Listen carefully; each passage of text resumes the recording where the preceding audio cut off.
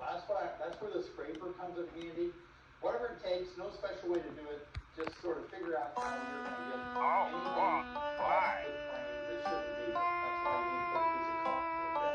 It's kind of messy. Yeah, I've got coffee time coming up toward the end of this video. Some of you are enjoying coffee time so much, talking about why the principles. Just do that while we're working. Now it's time for everybody's very good one. Problem, I can't believe it. You're in grip. You got it. Feels like it's got a little propolis mixed into it. So it's kind of sticky. So you keep just trying to get everything framed so that it looks nice. You need to collect 2 notebooks before you can use these doors. And you don't want to scrape wood, but it's fun to know the balance of how Problem much you 1. down and scrape Good to one. get to the wood. Problem 2. Good one. Alright, there we go. So mess up a little bit of the comb right there. These will fix that. Okay? So at the ears right here, these little sidebars, look at the amount of propolis. Now that can be scraped off. And if you want to save it for another project, you can save your propolis. I enjoy kind of saving my propolis sometimes. So you can take a J-hook, look at that, and just scrape it right off like this. And then you can keep track of where it went, like that, and put it in a corner separate than your messy comb. You don't want to mix it with your comb because you want to keep your propolis really nicely. So let's just do that. Let's just put some propolis over here off to the side, separate than the wax. I didn't get it all off, and it is a good idea when you're cleaning, get it all off. So scraping.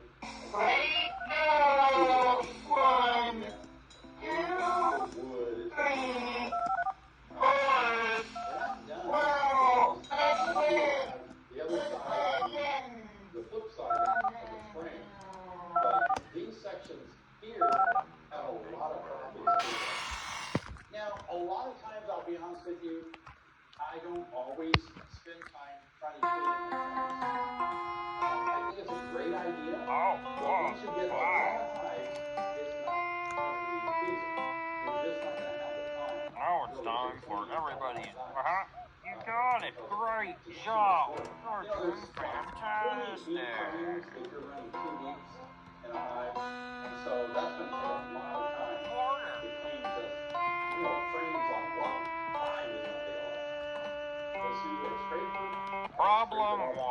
Good one. It's really neat because when I get down to the wood, the propolis and the beeswax and all, it kind of blends in, almost like it coats. You see how smooth that looks? It's like a varnish. If you varnish, don't get too deep. And almost like a little varnish that gets on the wood. So we'll keep putting on the fire. Great job! 1, 2, 3, 4. Wow, that's great. Some people claim it has some health benefits to it. Let's do the other side now. Some people buy propolis from you. If they know you're selling it, they're going to use it in some other type of product, maybe. They want to buy your propolis. Don't ask me where. I don't know where you can sell propolis, but I've heard people sell it. There's propolis. Great job! 1, 2, 3, 4. Wow, that's great. How important it is in a hive. They coat the inside of their hive, they coat the frames with it, but in excess, it becomes a problem. So that's what we're doing here today. Oh, wow. Hang on just a second here. I want to show you. I'm going to bring a box that removed from a hive. Now it's time for everybody's good one. You're doing great job. That's right. What you would do to use it next year, you would move the box out of your picture next year. Now, the reason this is good, if you're a small beekeeper and you've got a handful or less colonies, hives to live with, you can tinker around. When you pull a super off, Problem 1. you have a deep like this. You got it. Sometimes I get splits, and sometimes I get extra boxes that I'm not using. But you can fix all this stuff really nicely so that when you use it again, everything is more manageable. frames and all don't become so waxed over and kind of messy, they're easier to manage in the field. Now these ears that I talked about here, see that? A lot of propolis build up there. I take the scraper like this and put it down there. Left, right, go, 1, 2, 3, 4, well, let's wait, let's play again, sometime now. On this propolis is actually holding that end piece. How do you get that off? Scrape, figure it out. That's the only way I can tell you to do it is just use your hive tool and try to scrape it as much as you can without taking and biting into the wood. So we're going to that edge there, come around like this. It's kind of fun. It's kind of therapeutic. You know, it's kind of meaningful. I thought about mixing. I think I will mix coffee with the video right now because I wanted to talk about life being meaningful. You know, I think a lot of times we go through life and sometimes we have Give me something moments great. Left, right, go, 1, 2, 3, 4, well, let's play. I don't mind life to count for something for someone. I just don't want to grow old and die and that's all it is too. We all kind of want to have a life that's meaningful. And there's a lot of things that bring meaning to our lives. Being meaningful. Of course, the obvious ones that are most important. Family, friendships that we have, just enjoying other people, your spouse. But then there are times where we have other hobbies or interests that bring a lot of meaning to our life. And here's the deal. Sometimes these events, hobbies and all that we participate in, sometimes they cost money. A beekeeping is not cheap, it costs money. Let's face it, a jar of honey is a lot cheaper to go to the store and buy some honey than it is to try to get some honey for a while. Now it's time for everybody's very good one. Great job. That's right. Problem 3. You're doing fantastic. But why do we keep bees? Why do we do it? Well, it adds meaning to our life. It makes life interesting. And that's where it kind of rolls down to why we have hobbies. Problem 1. Good one.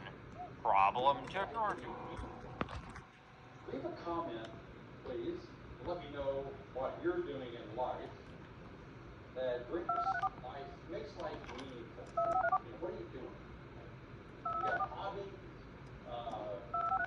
Maybe there's something that you do that brings a lot of meaning into your life. A lot of self-fulfilling, things that you can do. So you wake up in the morning and it's good to have things to work on. It's good to have projects. If you don't have anything going on in your life, then it's easy just to sit around it and ruminate. Sometimes if you're not careful, you can start thinking of bad things. You start thinking of negative things that aren't good for you to think about. You can waste a lot of time. You start making up a lot of wrong things in your head. Have you ever done that? Well, I have at times. All right, we got to get rid of this bottom track of like queen cells. And look how dark that is again. Again, some people freak out when they see Darling in the heart. They feel like, it's going to be bad. Ready, go, 15 seconds. You can have Detention a for chance you. of more You should know problems better. or diseases if you have darker comb. Now, this is not darker comb. I'm talking about, it's not so much darker comb, but it's how old it is. I guess it's a better way to say it. Of course, the older it is, the darker it is. But the more the bees use the comb, ready, go, 1, 2, you're going to develop 3, 4, well, let's wait. Let's play again. The pupae is going to spin a cocoon in each of these cells. By the way, this is biology. You should watch my live stream. I started a series in my live stream last Thursday on bee biology. Maybe you'll want to join me. But so the more cocoons that each of the generation of bees produces, it's going to make more and more leftover cocoons in each of those cells. They're very thin, but after time they're going to build up, so these cells will get much smaller. You know, what are these, 5 millimeters or roughly, give or take some. But so the more cocoons, the more generations, more cocoons they don't clean out, these get smaller and smaller. That's another indication that it would be time to change your comb too, when the cells get real small. But the comb is going to turn just so really neat to be changed. Oh, this is really fun. I get a lot of meaning in life from beekeeping. I didn't really think I would, but I do. I find it really meaningful to be out in the hives. I find it meaningful to always be thinking about my equipment, how I can keep my equipment maintained, like I'm doing today, showing you guys. And stay tuned because I do want to show you some other frames that are in worse shape than this one. I'm giving you an idea here of a few things, kind of like how long it takes to clean a frame, and is it worth it?